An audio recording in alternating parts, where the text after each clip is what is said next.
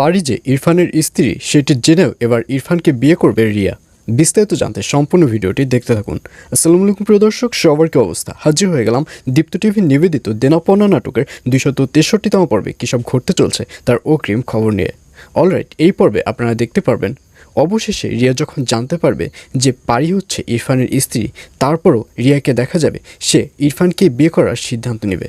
এবং এক পর্যায়ে রিয়ার বাবা বলবে, শোন, ইরফানের স্ত্রী পারি ছিল, কিন্তু ইরফান তো পারিকে ডিভোর্স দিয়ে দিচ্ছে, এখন সমস্যা কিসের? এখন তুই তো ইরফানকে বিয়ে করতে পারিস, এখন তুই সিদ্ধান্ত নে তুই কী করবি। আর এই কথা শুনে রিয়া বলবে, আমি এবার ইরফানকে বিয়ে করব, কিন্তু ইরফানকে বিয়ে করার আগে আমার কিছু কাজ রয়েছে। আর এটি শুনে রিয়ার বাবা জানতে চাইবে যে কী কাজ।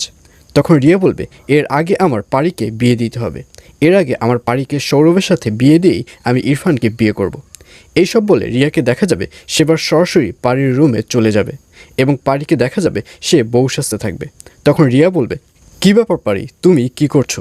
তোমার প্ল্যান তো এবার ফেল করলো। আর এই কথা শুনে পারি বুঝতে পারবে না যে রিয়া কি বলছে। তখন পারি বলবে, তুমি এসব কি বলছো? তুমি কোন প্ল্যানের কথা বলছো? তখন রিয়া বলবে, তুমি যে আমার জিনিসপত্রের মধ্যে তোমার এবং ইরফানের ডিভোর্স পেপারটি ঢুকিয়ে দিয়েছো, তুমি কি মনে করছো এটা আমি বুঝতে পারিনি?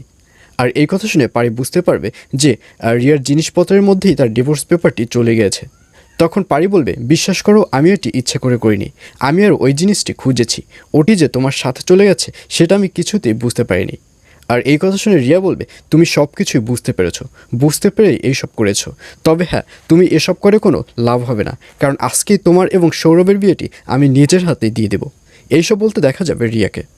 আর অন্যদিকে এবার নাদিয়াকে দেখা যাবে সেবার পারির বাবাকে চাকরিটি ফেরত দেবে, আর এজন্যই পারির বাবার সাথে কথা বলবে। পারির বাবাকে বলবে, তোমাকে দেখছি সবসময় মন খারাপ করে বসে থাকো, আসলে কি হয়েছে?